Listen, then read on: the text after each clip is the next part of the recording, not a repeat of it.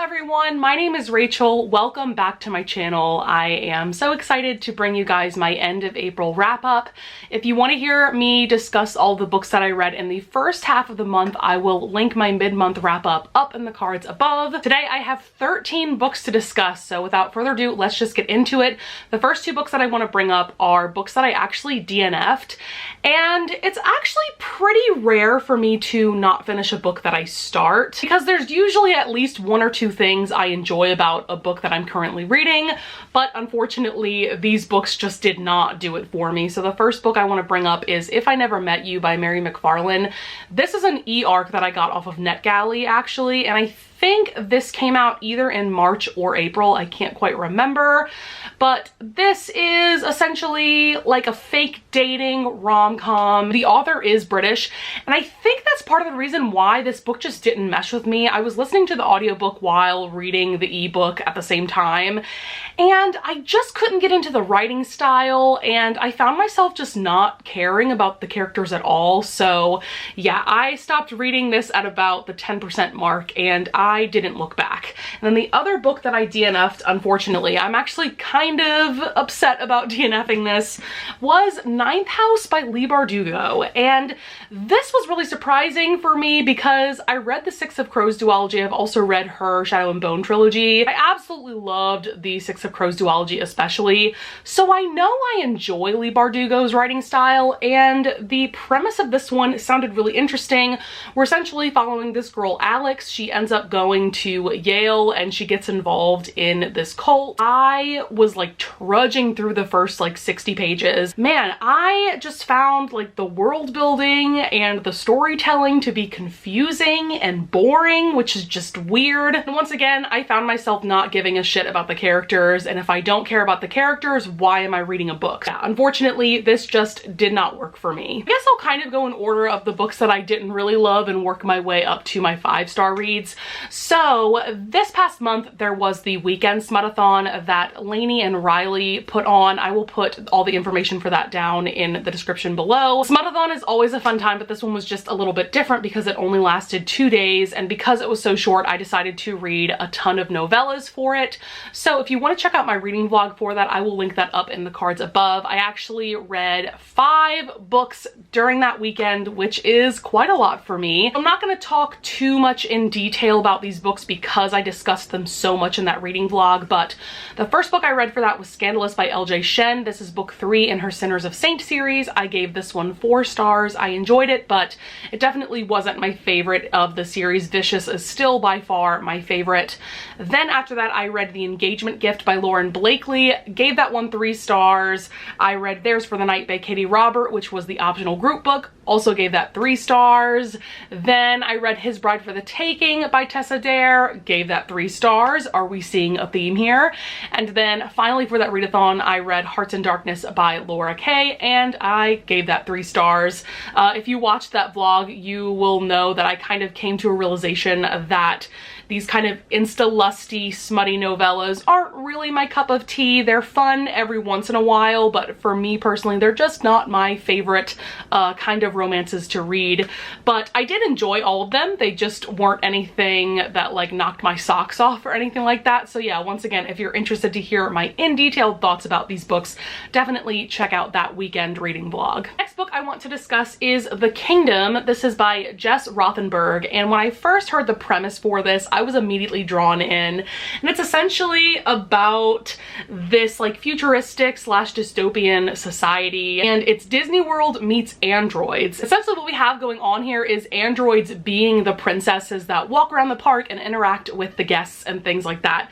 And our main character is Anna, who is one of what they call the Fantasists, which is one of the android princesses. I ended up giving this 3.5 stars. I will say the first half I was much more engrossed in the story. I liked where it was going, but then as the book went along, it became more tropey, it became more cliche.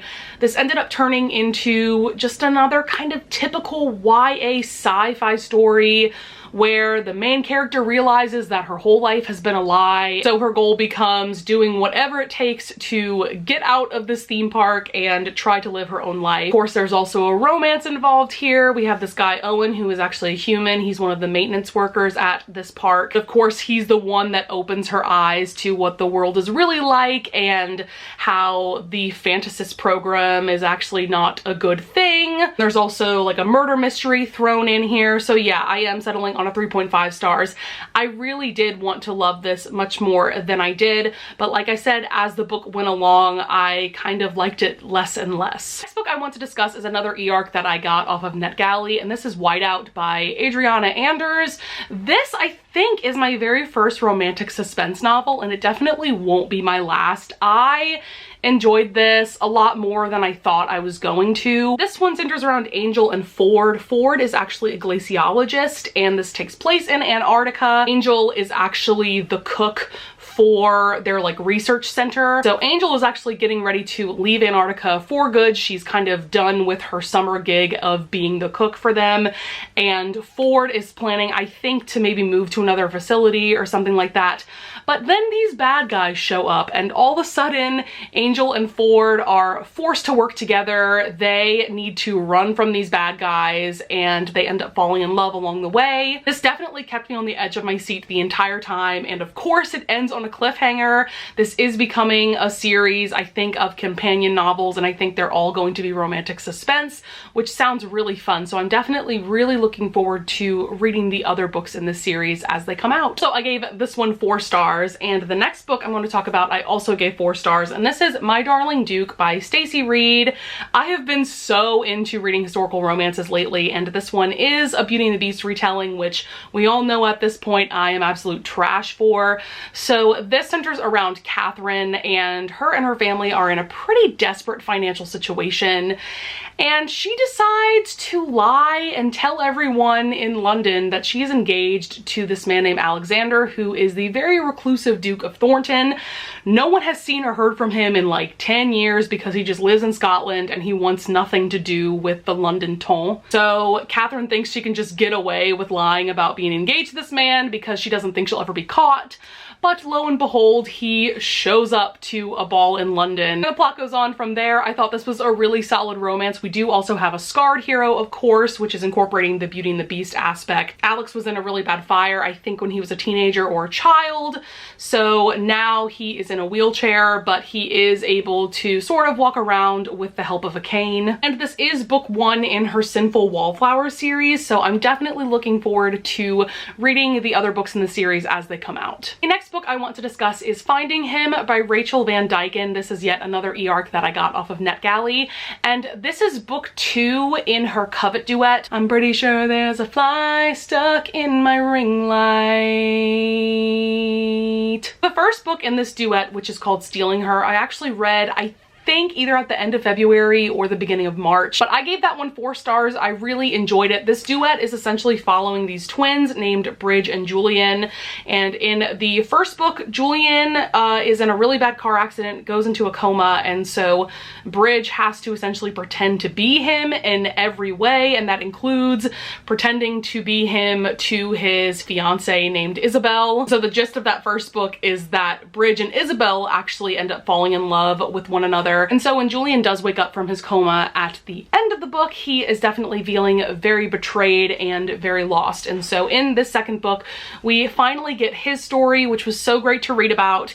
He ends up going to his family's cabin in Vermont, where he runs into this woman, Keaton, who happens to also be renting out the same cabin. And she is like a social media influencer whose boyfriend, Noah, unfortunately had recently passed away from cancer. And so she's still very much reeling from that. She's also dealing with all of these fans not wanting her to move on from that and not wanting her to live her life. And so Julian and Keaton end up falling in love with one another. And yeah, it was just a really solid romance. I really enjoy Rachel Van Dyken's writing style, and I just find myself just speeding through her books because her writing style is just so easy to read. Something else I wanted to point out with her books is that the sex scenes aren't all that detailed or graphic. So if you are someone who loves reading romance, but you don't like like all that much smut, I would recommend her books. Next book I want to discuss is Bad Saint by Monica James. This is a very different romance than I've ever read. It's definitely a dark romance. This centers around this woman Willow who ends up getting kidnapped, and she ends up falling in love with one of her kidnappers, essentially. His name is Saint, hence why this is called Bad Saint. I'm gonna give this an overall rating of 4 stars. I'm feeling a bit conflicted about it. It is kind of yikes when you think about it, you know, a woman falling in love with one of the men that kidnapped her, but there are a lot of different circumstances going into this story. This does turn into like a shipwrecked desert island type story towards the middle. I think that is included in the synopsis, so I don't think that's too spoilery. And I was really engrossed in the first half of this book. I thought it was just really interesting what was going on, and I was constantly on the edge of my seat. But once we entered like the desert island plotline, I did find my interest waning a bit. Yeah, I just couldn't really root for Willow and Saint to be together because of the circumstances. And yes, Monica James, you know, tries to redeem Saint's character even though he is a kidnapper. You know, he has his reasons and all of that. I don't really feel the need to continue on with the series. I mean, maybe if it was a duology as opposed to a trilogy. Romance trilogies don't really do it for me, so yeah, I am going to settle on a 4 stars because I did enjoy it for the most part, but at the same time, it's not necessarily my cup of tea. All right, guys, we have just a few more books left, so I'm going to talk about my 1 4.5 star rating, and then I have 3 5-star books to talk about, which is always exciting. So the next book I'm going to talk about is Catwoman Soulstealer. This is by Sarah J. Maas. This is book 3 in the DC Icon series, which is a standalone superhero YA series. And so this story centers around Selena Kyle and how she becomes Catwoman, and she also ends up teaming up with Harley Quinn and Poison Ivy and wreaking havoc on Gotham City, which is just like the best story ever. And we also follow Luke Fox, who is Batwing, which I didn't know a lot about his character going into this book because I don't read comics or anything like that. Of course, I know about Batman and Robin, but I had never really heard of Batwing, so that was also really interesting going into this book. And so Batwing is kind of the only superhero left in Gotham City right now because Batman is off on another mission. This novel is all about, you know, Catwoman and her posse and Batwing going toe-to-toe. It was such a fun time, so much action, and this was almost a 5-star for me, but it didn't quite reach that level, so I decided to give this 4.5 stars. So the next book that I want to discuss and the first 5-star read I'm going to talk about is Punk 57 by Penelope Douglas. So I have read Birthday Girl, also by Penelope Douglas. I gave that one 4 stars. I didn't have the highest of expectations going into this book. I have to say it really took me by surprise, and I actually really loved this. So this is a standalone romance. We are centering around Ryan and Misha, and when they were in 5th grade, they were paired together as pen pals. So I think for like this next 7 years or so, they write each other back and forth. Misha actually ends up stopping the communication between the two of them after his sister passes away, and he's just going through a really dark time. So I think it's been a few months since they last communicated, but then Misha ends up starting going to school at Ryan's high school. But he decides to go by the name Mason because he doesn't want Ryan to know who he is. And this essentially is like a friends to enemies to lovers situation. It's kind of marketed as a bully romance, but I personally don't feel like it's a bully romance because it's not just Misha bullying Ryan, like they both dish it and take it from one another. The chemistry and the sexual tension between Misha and Ryan throughout was just everything, and I also really love just how complex and interesting these characters were. Ryan, for one thing, isn't the most likable character. She grows so much throughout the book, and by the end of it, you end up feeling really proud of her. Misha, he's just a really interesting and magnetic character. So yeah, I loved reading about them as individuals, and I loved the two of them together. I really love the overall message that Penelope Douglas conveys in this book, just about self-acceptance. Also, the smut was grade A. I mean, this is definitely more of like a new adult romance. It's definitely not YA because the sex scenes are quite graphic. I know that there are some problematic things going on in this book, but I just really connected with it personally. So I highly recommend it if you are looking for a really angsty, darker new adult romance. The last 2 books I want to talk about are also 5-star reads that took me quite by surprise. The first one is Eleanor Oliphant is Completely Fine by Gail Honeyman, and I I really didn't know what to expect going into this book. I know that it's kind of just a general literary fiction. I thought going into it that it was going to be like a cute, quirky romance, but it's definitely not.